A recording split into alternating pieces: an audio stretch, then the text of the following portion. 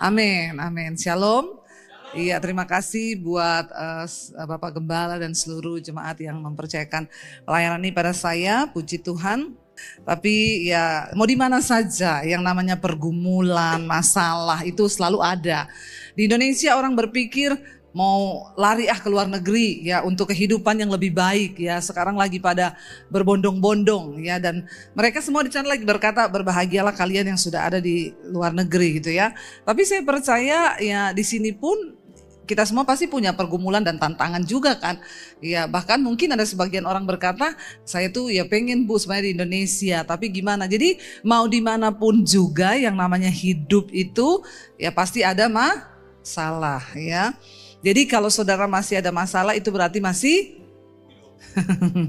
ya, kalau sudah nggak ada masalah berarti sudah mati itu ya. Nah hari ini kita akan sama-sama belajar dari seorang tokoh di Alkitab yang dia juga dibuang saudara ke satu negara yang bukan negaranya, dan itu bukan karena kemauannya tapi karena kemauan Tuhan. Saya percaya bahwa dalam hidup ini dimanapun kita berada, apapun yang terjadi di hidup kita, Tuhan turut bekerja untuk mendatangkan kebaikan, amin. Tapi bagi kita yang terpanggil sesuai dengan rencana Tuhan dan yang mengasihi Tuhan loh. Ya, kalau nggak mengasihi Tuhan ya mungkin bikin-bikin jalan sendiri, saudara akan berputar-putar di padang gurun, lebih lama, lebih stres.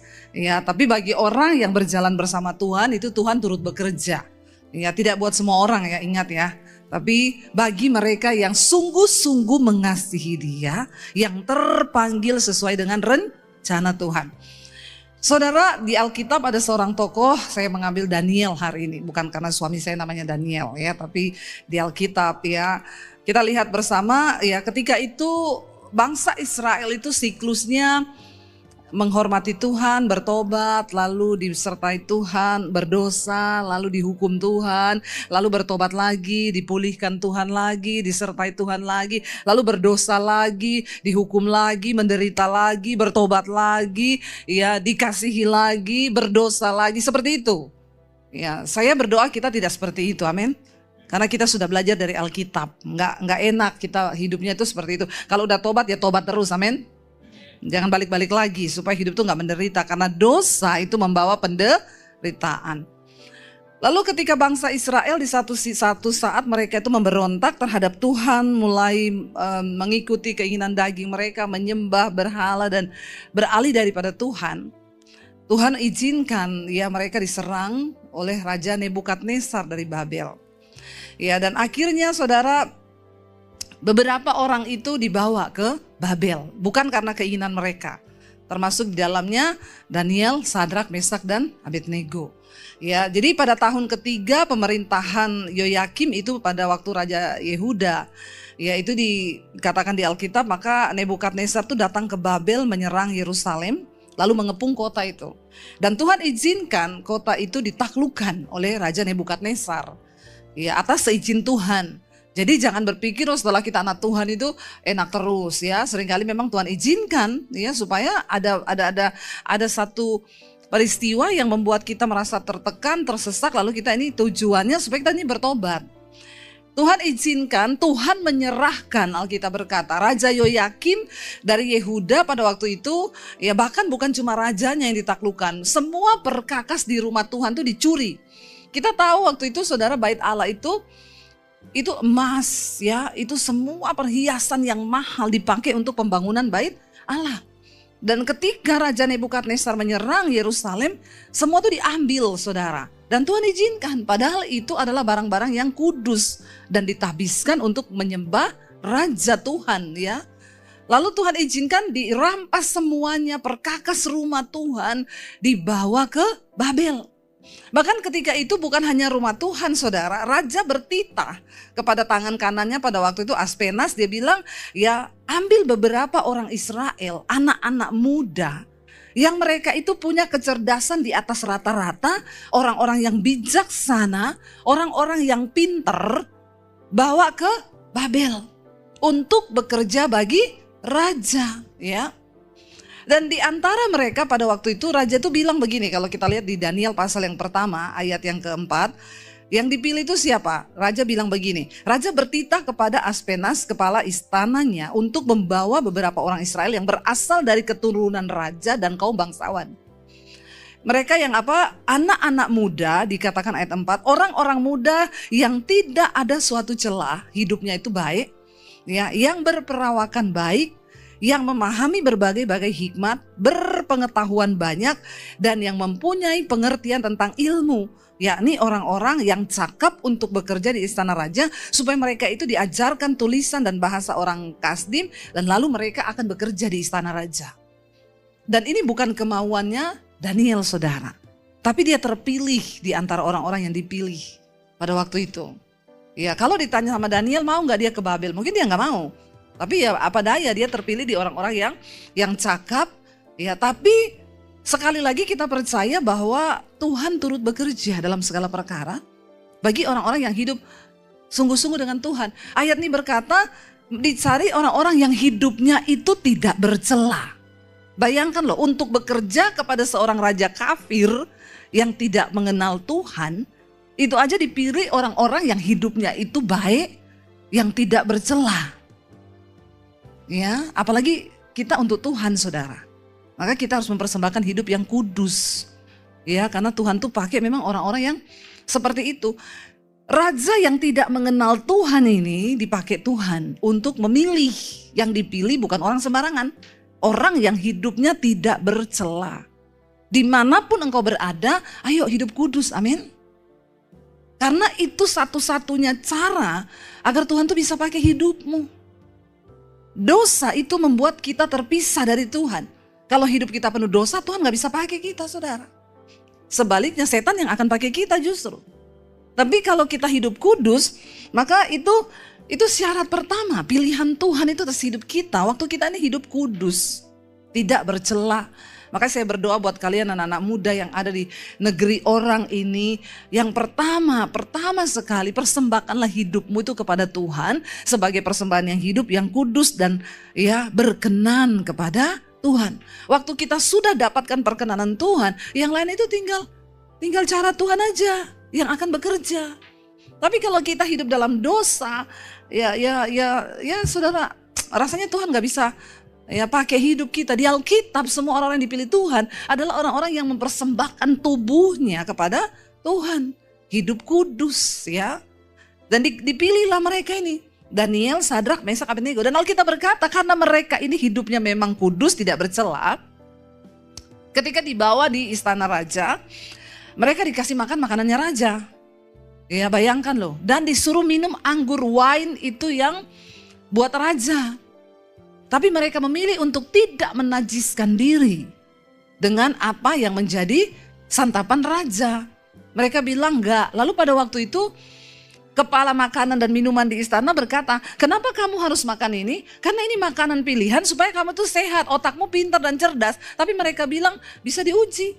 Kami nggak mau menajiskan diri dengan makanan raja dan minum-minuman raja, anggur semua itu. Kami akan menjaga hidup kami dan kamu bisa uji. Lalu dibikin percobaan, saudara, mereka yang dikasih makanan raja dengan Daniel, Sadrak, Mesak dan Abednego. Ternyata kecerdasan mereka justru melampaui rata-rata orang-orang yang ada di sana. Waktu kita ini hidup takut Tuhan, saudara, dan kita punya hukum-hukum Tuhan dalam hidup kita, ya, kita ini jadi orang yang berhikmat. Enggak peduli latar belakang pendidikanmu.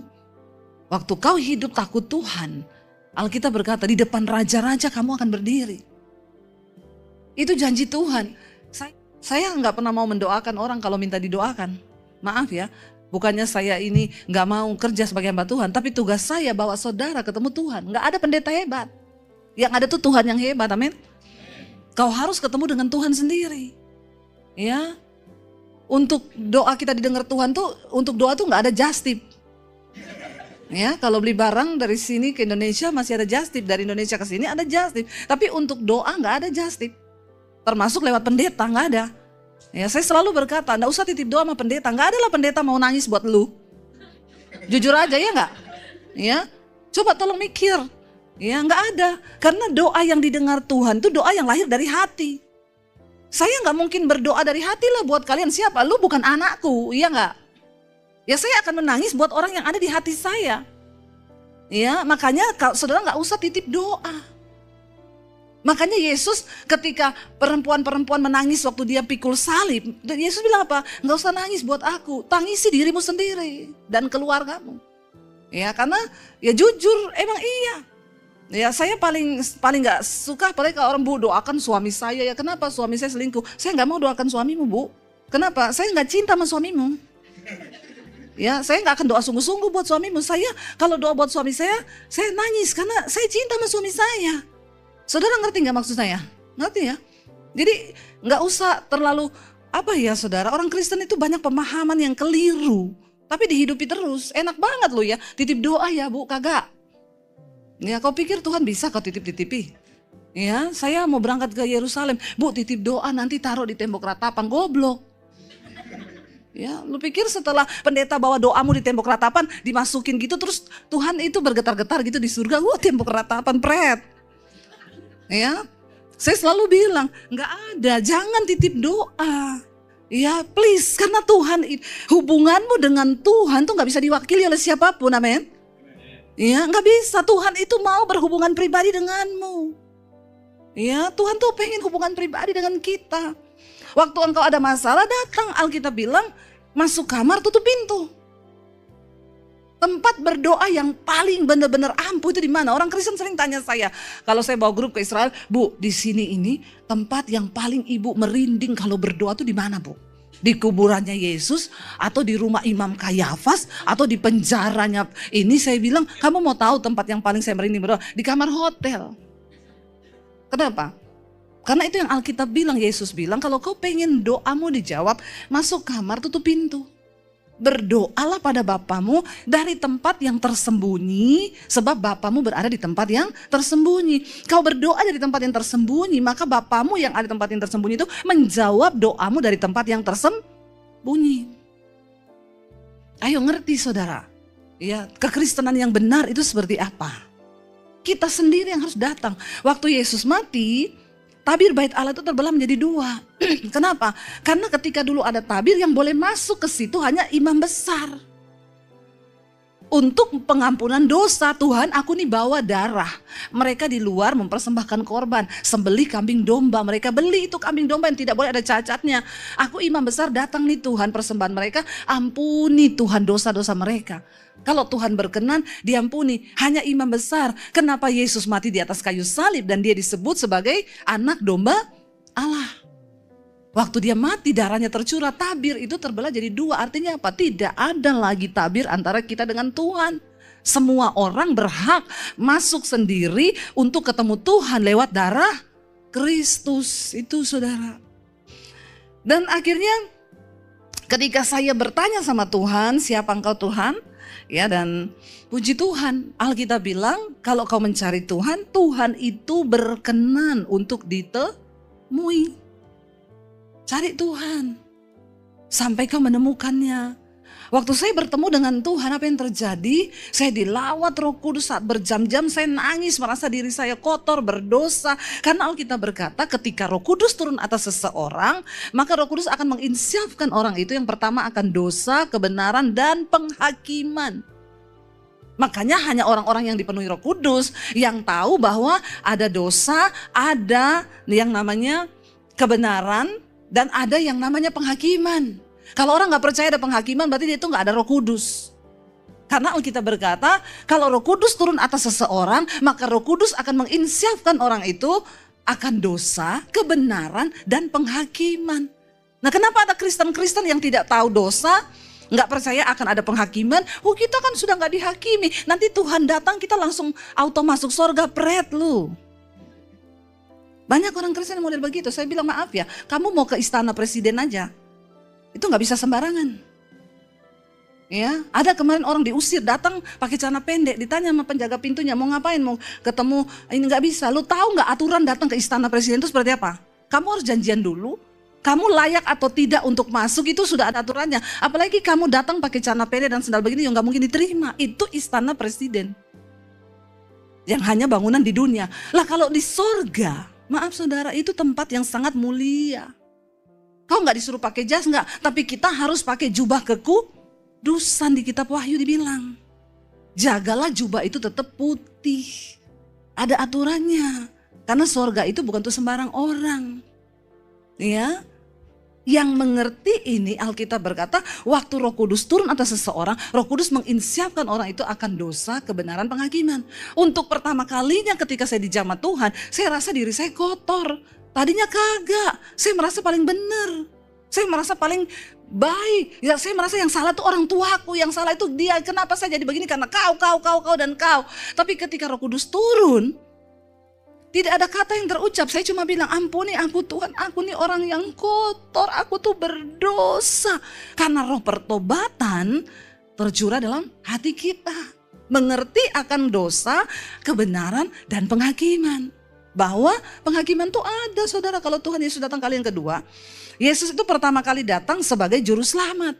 Dia lahir ke dunia membawa keselamatan. Tapi dia akan datang kembali yang kedua nanti menjadi seorang hakim yang akan menghakimi semua manusia.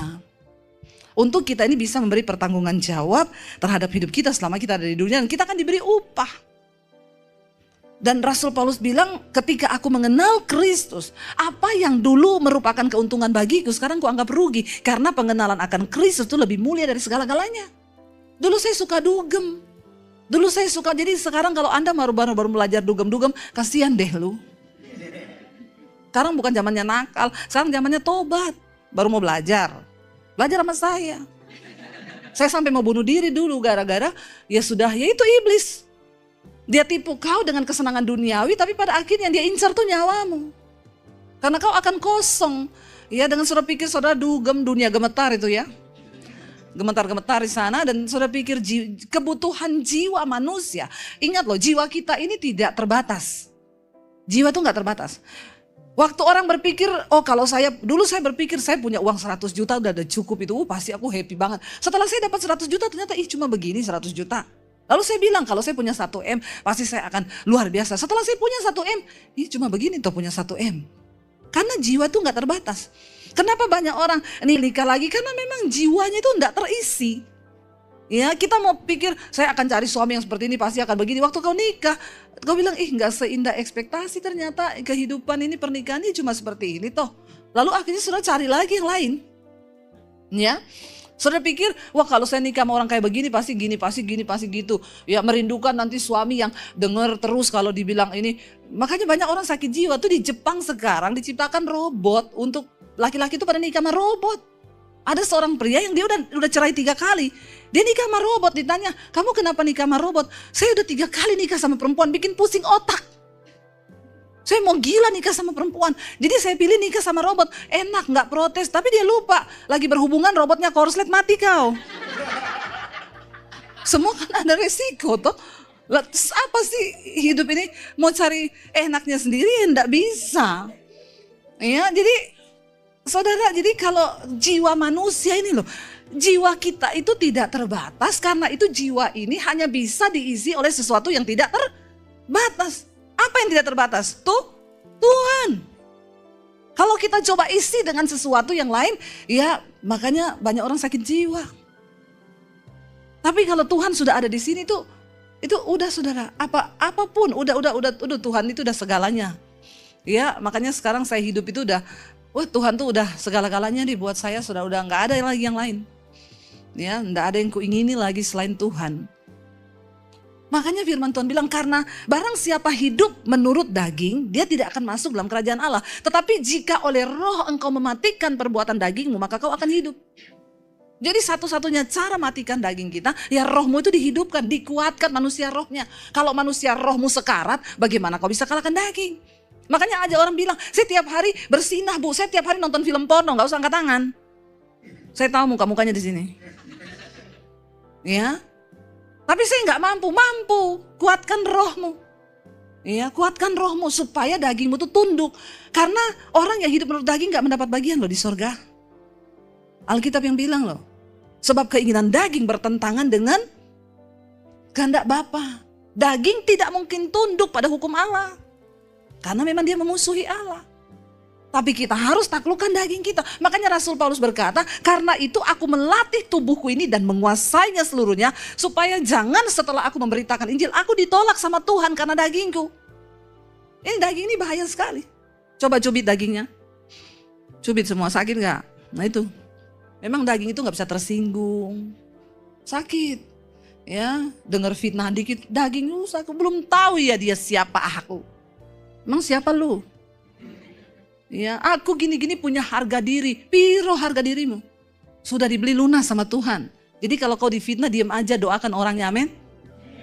Nggak usah banyak protes, dagingmu lagi dilatih sama Tuhan. Semakin kau dihina, enggak apa-apa, semakin dagingmu mati. Ambil kesempatan-kesempatan begitu itu untuk mematikan daging. Ini kok saya jadi lari ke daging terus ya? Padahal saya enggak mau berikhtiar untuk khotbah daging loh, tapi kok banyak ya daging di sini ya. Ya kita ngalir aja dengan Roh Kudus, saudara, hati-hati karena banyak anak muda di sini. Ya, kedagingan itu hal yang sangat bertentangan dengan Tuhan. Lalu saya mulai berubah, saudara. Karena semua orang yang berjumpa Tuhan Yesus pasti jadi. Amin. Pertanyaannya, sudah anehkah saudara? Ya, orang yang ketemu Tuhan Yesus aneh. Tadinya merokok, jadi nggak merokok. Aneh enggak? Aneh. Tadinya suka dugem, nggak dugem lagi. Aneh enggak? Aneh. Tadinya emosian, gampang tersinggung. Sekarang enggak. Aneh enggak? Aneh. Ya. Tadinya pakai baju yang belum jadi, nggak ada benangnya dipakai. Nah, sekarang terima Yesus, ya berubah. Pakainya sopan karena menyadari tubuh ini bait Allah. Aneh enggak? Aneh. Tadinya marah-marah, kepahitan, emosi. Ya tadinya pelit, minta ampun. Setelah ketemu Yesus suka menabur, suka memberi. Itu aneh enggak? Saya berdoa saudara jadi Kristen yang berdampak saudara. Kalau ada orang, tuayan itu menguning sekarang. Sekelilingmu, temenmu, banyak orang stres, banyak orang depresi. Kau gak perlu ayat hafal di dalam 1 Timotius pasal yang ke-7. Nggak usah alay lebay. Nggak usah. Kau cuma cukup rangkul dia dan katakan, aku mau berdoa ya buat kamu. Tuhan mengasihimu loh. Itu aja, karena tuayan ini hari-hari ini menguning. Sedikit aja kita tuh jamah orang, dia bisa hari itu terima Tuhan Yesus. Ayo saudara, sudah berapa banyak jiwa yang kau menangkan buat Kristus? Itu jadi pertanyaan karena ketika Tuhan datang, ketika kita mati, dia nggak tanya pencapaianmu, nggak ditanya ijazahmu, nggak ditanya upah kerjamu berapa, depositmu berapa, enggak. Yang dia tanya berapa jiwa yang sudah kau menangkan bagiku selama engkau ada di dunia. Hari ini saya cuma mau bilang kalau Tuhan angkat hidup saya, saudara, hari ini saya diundang khotbah. Di kantor-kantor pemerintahan, depan pejabat, depan gubernur, depan wali kota, depan orang-orang besar. Apakah karena saya pinter? Enggak, karena saya memiliki sesuatu yang orang gak miliki. Apa itu? Firman Tuhan. Daud tuh bilang begini, Daud, aku ini masih muda, tapi aku lebih bijaksana daripada pengajarku. Kalau dipikir pengajar itu berarti kan orang yang lebih tua yang ngajarin kita. Tapi Daud bilang, aku lebih bijaksana dari mereka. Kenapa? Karena firman-Mu kusimpan dalam hatiku. Apa yang membuat hidup kita ini bernilai? Cuma Tuhan.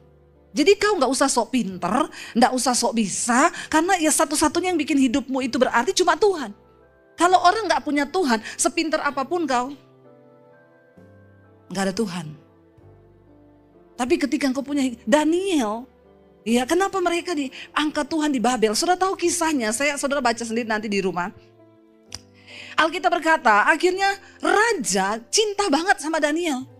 Lalu ketika raja panggil semua penguasa-penguasa negerinya, bupati, wali kota dipanggil semua. Dia bilang, aku harus bagi dalam 3 daerah kekuasaan. Dan orang tertinggi yang memegang kedudukan itu Daniel. Mengalahkan semua para pejabat di Babel. Maka timbullah iri hati dari para pejabat di Babel.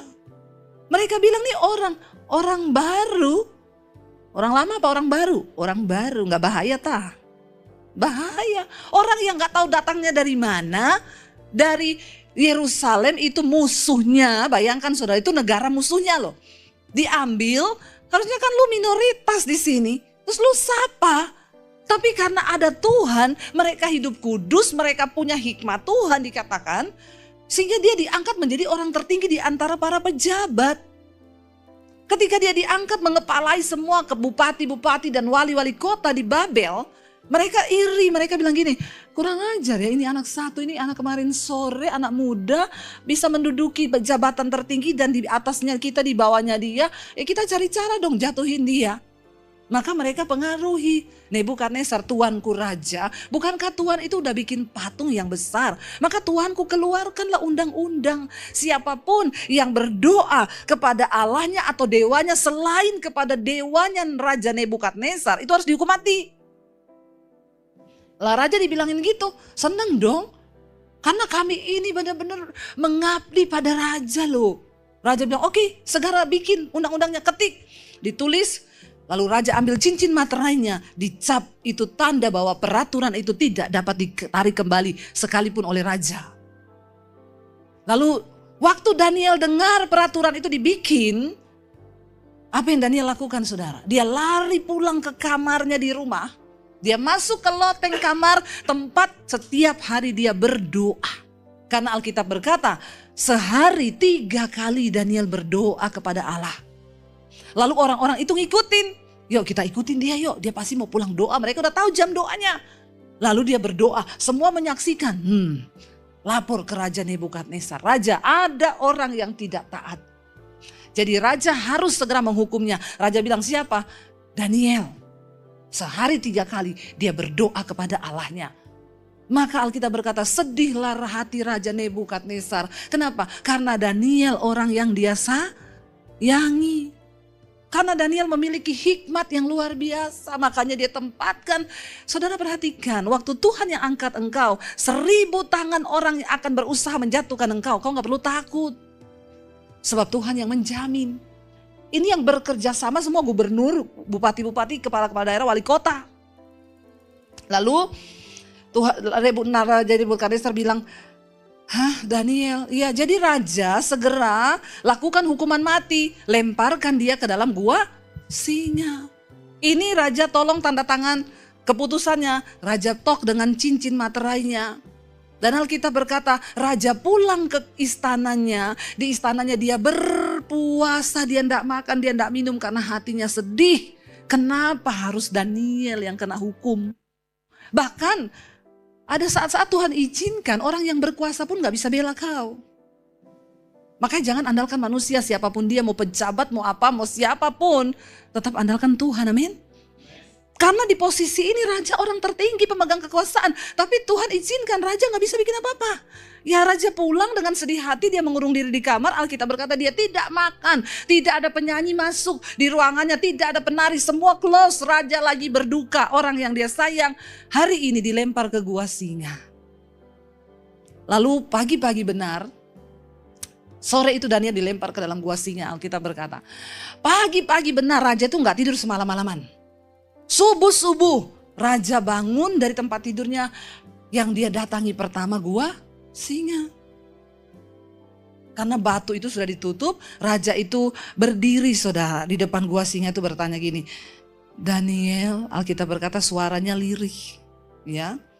Dia bilang Daniel, dia tunggu, kok nggak ada suara. Dia panggil lagi Daniel, ya. Tiba-tiba Daniel menyaut, iya tuanku raja. Raja bilang, apakah Allah yang kau sembah itu sudah menolongmu? Apakah Allah yang kau puja itu yang tidak mau kau sangkal namanya itu sudah menolongmu? Dan tiba-tiba Daniel berseru dari dalam, iya raja, Allahku yang sudah aku sembah itu, yang kepadanya aku berdoa sehari 3 kali. Allahku itu yang sudah menyelamatkan aku dan singa-singa ini tidak memakan aku. Saudara lihat, kita lihat saudara, Daniel pasal yang ke-6, ayat yang ke-5, ayat yang ke-14, di sana dikatakan Daniel 6 ayat 14. Ya, Daniel pasal yang ke-6 atau ayat yang ke-15 bisa tayangkan Daniel 6 ayat yang ke-15. Waktu mereka lapor bahwa Daniel orang yang sudah harus dihukum mati, Alkitab berkata setelah raja mendengar hal itu maka sangat sedihlah ia. Ya, dan ia mencari cara untuk melepaskan Daniel. Loh, raja itu masih cari cara loh. Ya, Daniel pasal 6 ayat yang ke-15. Ya, multimedianya kurang copy. Ya. Setelah raja mendengar hal itu dikatakan, maka sangat sedihlah ia. Lalu apa? Ia mencari jalan untuk apa? melepaskan Daniel. Bahkan sampai matahari masuk, ia masih berusaha untuk menolongnya. Raja itu masih terus berusaha cari cara supaya Daniel itu bebas, gak masuk gua singa. Tapi saudara, apa daya? Ya hukum udah dibuat. Sudah ditok dengan cincin materainya, gak bisa ditarik. Ada saat-saatnya di hidup ini bahkan orang tuamu gak bisa tolong kau. Ya, jadi jangan pernah harapkan siapapun yang kau pikir bisa tolong. Andalkan tuh Tuhan. Lalu dikatakan di sana, lalu bergegas-gegaslah orang-orang itu menghadap raja serta berkata kepadanya, ketahuilah raja bahwa menurut undang-undang orang Persia tidak ada larangan dan keluaran yang dapat diubah. Mereka bilang, raja jangan macam-macam ya. Nggak ada lagi undang-undang yang bisa kau rubah sekalipun kau tuh raja. Ayat yang berikutnya dikatakan di sana, coba lihat. Ya, ayat selanjutnya dikatakan di sana, saudara. Sesudah itu raja memberi perintah, lalu diambillah Daniel, ya. Dikatakan lalu sesudah itu raja memberi perintah, lalu diambillah Daniel dan dilemparkan ke dalam gua singa, ya, dan berbicaralah saudara raja kepada Daniel, Allahmu yang kau sembah dengan tekun, dialah kiranya akan melepaskan engkau. Raja bilang, aku udah gak bisa. Ya biar Tuhan yang kau sembah dengan tekun itu aja yang melepaskan engkau. Ya, maka dibawalah sebuah batu dan diletakkan pada mulut gua itu, lalu raja mencap itu dengan cincin materainya dan dengan cincin materai itu para pembesar-pembesarnya, supaya dalam hal ini Daniel tidak dapat lagi dibuat perubahan apa-apa. Bayangkan ya, orang itu kalau memang iri hati saudara, dia akan cari cara untuk bunuh engkau, untuk halangi karirmu, untuk lakukan sesuatu agar kalau bisa kau mati. Kenapa kita perlu bergantung sama Tuhan? Karena dunia ini terus berubah. Kita nggak pernah tahu, ada orang-orang, kita ini hidup benar, baik, ada yang suka, ada yang tidak suka. Kita hidup jahat juga, banyak juga yang tidak suka. Ya karena memang ya namanya manusia itu, tidak semua orang suka dengar berita keberhasilanmu. Banyak yang nangis waktu dengar kau berhasil. Karena mereka nggak suka memang. Ya, tapi sebaliknya ketika kau sial, banyak akan tersenyum dan tertawa. Inilah kehidupan. Ya. Dan ketika orang gak bisa tolong, ya udah, ya orang iri hati pengen bunuh, gak bisa dibuat apa-apa. Lalu ayat yang selanjutnya dikatakan di sana, lalu pergilah raja ke istananya saudara, dan berpuasalah ia semalam-malaman. Ia tidak menyuruh orang penghibur-penghibur, penyanyi datang, dia tidak dapat tidur. Bayangkan raja gak tidur loh, gak makan, gak ada penyanyi. Biasanya kan malam di istana raja itu rame, Inul diundang, Dewi Persik diundang, nyanyi saudara Justin Bieber ya. Tapi kali itu raja bilang, enggak, aku lagi sedih. Karena orang yang aku sayang mau dihukum mati. Dan lalu kita berkata pagi-pagi sekali ketika fajar menyingsing, raja langsung berdiri dari tempat tidurnya dan dia buru-buru pergi ke gua singa, pengen tahu Daniel itu udah mati. Dia sedih sekali. Ketika ia sampai dekat gua itu apa dikatakan? Berserulah ia kepada Daniel dengan suara yang sayu. Pelan-pelan dia ngomong gini, Daniel, hamba Allah yang hidup, Allahmu yang kau sembah dengan tekun itu sudah sanggupkah ia itu menolong dan melepaskan engkau dari singa-singa itu? Lalu Daniel bilang kepada raja, ya raja, kekallah hidupmu. Kaget padahal raja ngomong pelan-pelan karena dia berharap nggak ada suara pasti. Udah tinggal tulang belulang, udah mati nih. Ternyata dia bilang, kekallah hidupmu. Allahku telah mengutus malaikatnya untuk mengatupkan mulut-mulut singa itu sehingga mereka tidak mengapa-apakan aku, karena ternyata aku memang tidak bersalah di hadapan Tuhan. Tidak salah di hadapan Allah, tetapi juga terhadap Tuanku ya Raja, aku juga gak melakukan kejahatan. Pastikan hidupmu dalam kekudusan, karena waktu kau dianggap Tuhan tidak bersalah, maka pembelaan itu datang dari tangan Tuhan. Ini mati loh, depan mata mati. Udah gak ada jalan, udah gak ada yang bisa tolong sudah. Tapi Tuhan menolong. Dan dikatakan di sana saudara, Allah telah mengutus malaikatnya.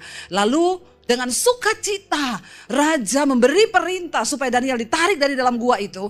Maka ditariklah Daniel dari dalam gua itu dan tidak terdapat luka apa-apa kepadanya karena ia percaya kepada siapa? Allah. Amin saudara. Orang yang sungguh-sungguh mengandalkan Tuhan, Tuhan akan lindungi engkau saudara.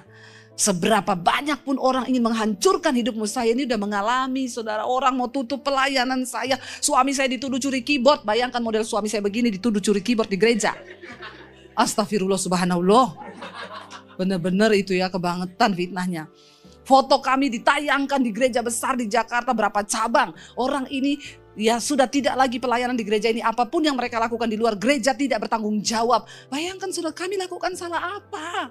Saya datang sama Tuhan, doa Tuhan, engkau tahu aku tidak salah. Engkau tahu suamiku tidak salah Tuhan. Tapi orang memperlakukan kami seperti ini Tuhan. Bagianku melepaskan pengampunan, selanjutnya Tuhan yang bekerja.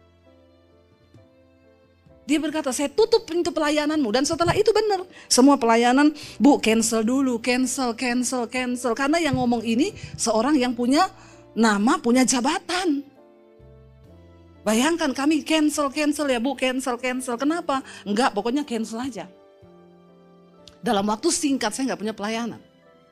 Untuk makan aja kami sulit. Waktu itu lagi nyicil rumah, nggak bisa bayar cicilan rumah. Dikejar debt collector. Nggak cukup di situ, debt collector dia promosiin di semua. Dia lihat di Instagram gereja-gereja yang pernah undang Debbie Basir. Dia WA semua ke orang-orang itu, orang ini utang nggak bayar. Lalu beberapa gereja itu telepon saya, Bu, ibu nggak bayar utang ya. Bayangkan saudara, dihancurkan hidup kami. Kalau bisa mati sekalian. Dan saya nggak bisa buat apa-apa. Tidak ada satupun yang bisa menolong. Yang saya punya cuma Tuhan. Dengan satu pengharapan saya bilang, Tuhan, Engkau tahu kami tidak bersalah. Tuhan yang tahu hidup kami. Dan Tuhan tidak buta, saudara. Hari ini, semua gereja itu, Bu, boleh pelayanan di gereja saya, udah full. Penuh jadwal saya, maaf, 2 tahun ke depan sudah penuh. Benar saudara, waktu Tuhan buka, Tuhan bilang sabar, ada waktunya aku akan menolong engkau. Tiba-tiba pandemi Tuhan buka saudara. 2018 Tuhan suruh saya bikin channel YouTube. Ya, saya dapat suara Tuhan, cepat ambil alih dunia media untuk Injil. Kita nggak tahu kalau 2020 akan ada pandemi. Nggak tahu. Saya ambil langkah, kita mulai bikin YouTube di situ. Tiba-tiba 2020 pandemi, Tuhan bilang karena aku akan memberkati engkau dengan tuhayan bangsa-bangsa. Bahkan berkat bangsa-bangsa, bukan cuma Indonesia, tapi bangsa-bangsa. Orang tutup pintu di Indonesia, aku akan buka. Ayo cepat. Nah saya kan gak ngerti media, saya pergi ke TV swasta, TV kabel yang ada di Jakarta. Saya mau syuting nih, saya dapat visi, Tuhan bilang ambil dunia media. Oke, ibu ada uang 60 juta, bayar dulu. Bikin 10 episode, 1 episode 6 juta. Saya tanya, saya bayar 60 juta, pasti tayang? Belum pasti. Dalam hati saya, uang aja saya enggak ada. Udah gitu kalau ada pun saya pinjem-pinjem mungkin. Tapi enggak pasti tayang ini. Langsung muntaber saya saudara. Mundur teratur tidak berkabar, muntaber. Biar tahu-tahu sedikit ya istilah-istilah dari Indonesia. Orang Indonesia itu sangat-sangat kreatif bikin istilah. Ya, maka ubur-ubur ikan lele. Ya, harus tetap bersyukur le. Lalu saudara, saya datang disuruh bayar, nggak ada duit saya, apalagi nggak pasti tayang. Ya muntaber sudah, mundur teratur tidak berkabar. Hari ini itu TV, WA saya terus, Bu, kita mau kerja sama dengan ibu. Ibu yang tentuin berapa kali tayang, minta persembahannya berapa, nanti akan kami pertimbangkan. Saya bilang maaf, penuh. Tuhan itu kalau ngangkat kita nggak tanggung-tanggung. Akhirnya 2018 kami mulai bikin YouTube. Saya mulai ini, ya Tuhan bukakan begitu gara-gara saya pelayanan ke Bali. Saya lihat ada orang syuting di restoran situ, saya tanya, Mas kamu lagi bikin apa nih? Bikin TV Bu, di mana? Di YouTube. Oh bisa. Ya tergantung ibu punya konten apa. Dalam hatiku biasa aja, keles.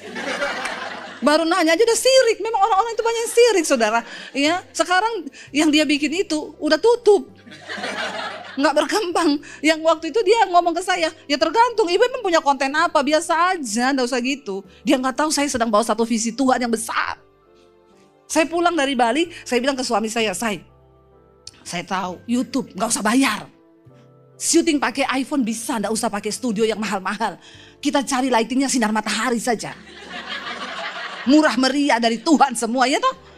2018 bikin YouTube. Mulai naik pelan-pelan, tayangin khotbah, lumayan yang nonton. Pas 2020 pandemi, channel saya waktu itu baru 50.000 subscribe-nya. Belum dapat uang lagi dari YouTube waktu itu. Tapi kami cuma setia aja, memang tujuannya Tuhan bilang kan ambil alih dunia media untuk Injil. Tiba-tiba pandemi datang saudara tahu, gereja tutup, semua orang gak bisa ibadah. Ya, channel saya satu hari nambah 1.000 subscribe satu hari. Kok enggak wow ya? Wow dong. Sudah punya channel belum? Ngerti nggak susahnya cari subscribe? Biar saudara share 10 orang, untung-untung 1 yang subscribe. Iya nggak? Ya, udah share 1 video nonton 2. Itu pun saya sama temen saya udah saya ancam nonton.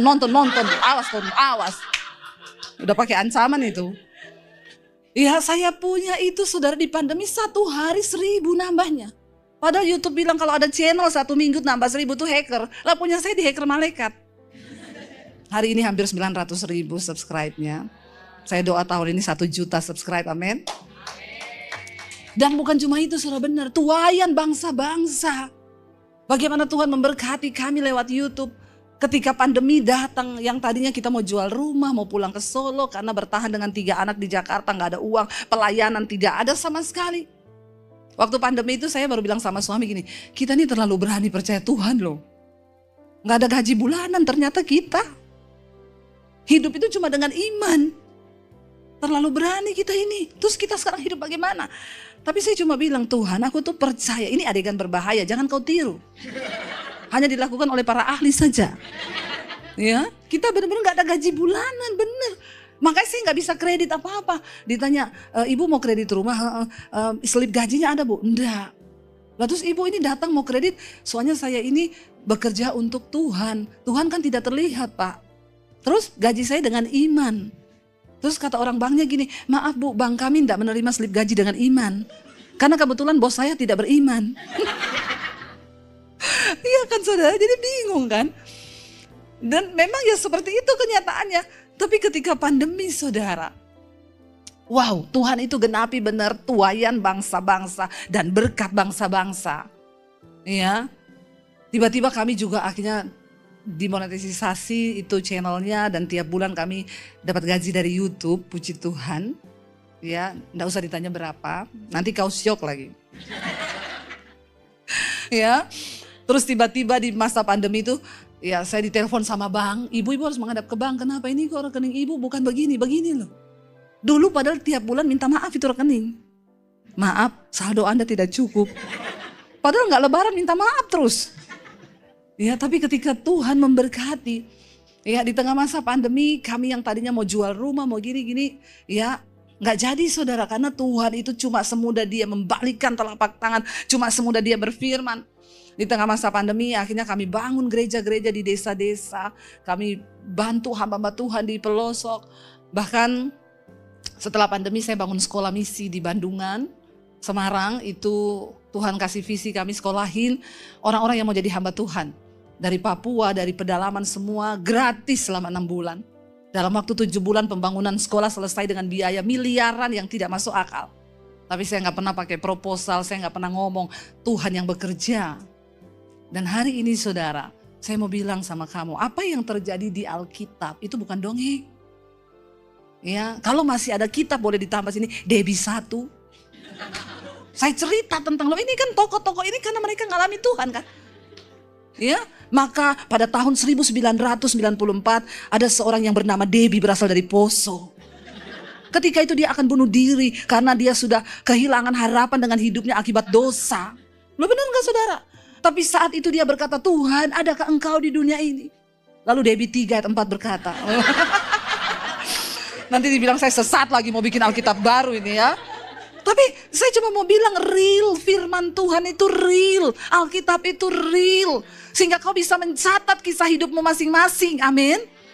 Itu yang dinamakan kitab kehidupan. Kehidupanmu itu yang dicatat. Apakah namamu itu masuk? Ya kalau catatannya cuma begini, Bambang, ada Bambang sini toh. Kalau ada Bambang saya ganti lagi Joni.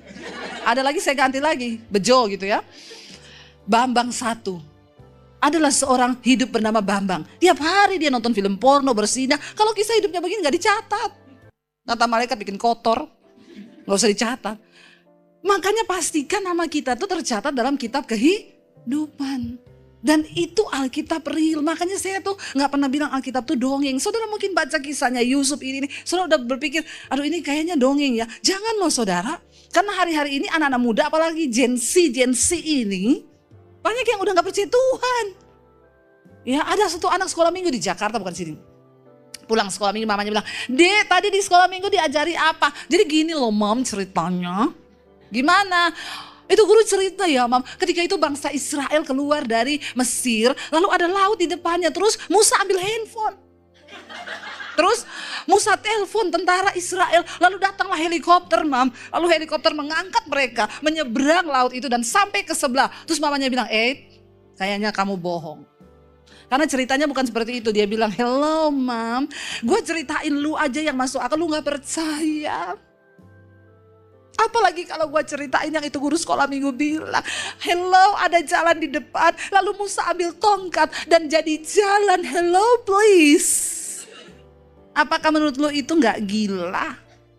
Ini loh anak sekolah minggu sekarang begitu. Dia udah gak percaya firman. Yang lebih parah lagi, ada anak sekolah minggu namanya Yosua. Tiba-tiba dia nangis di ruang sekolah minggu di luar. Bapaknya tanya, kenapa dia nangis Yosua? Itu ibu sekolah minggu di dalam bilang aku yang robohkan tembok Yeriko. Terus mamanya tanya, tapi lu kan nggak lakukan itu kan? Ya enggak lama bukan aku. Bapaknya bilang astaga kayak gitu juga kalian itu ribut. Tinggal tanya aja berapa kerugiannya, papa bangun lagi nanti tuh tembok.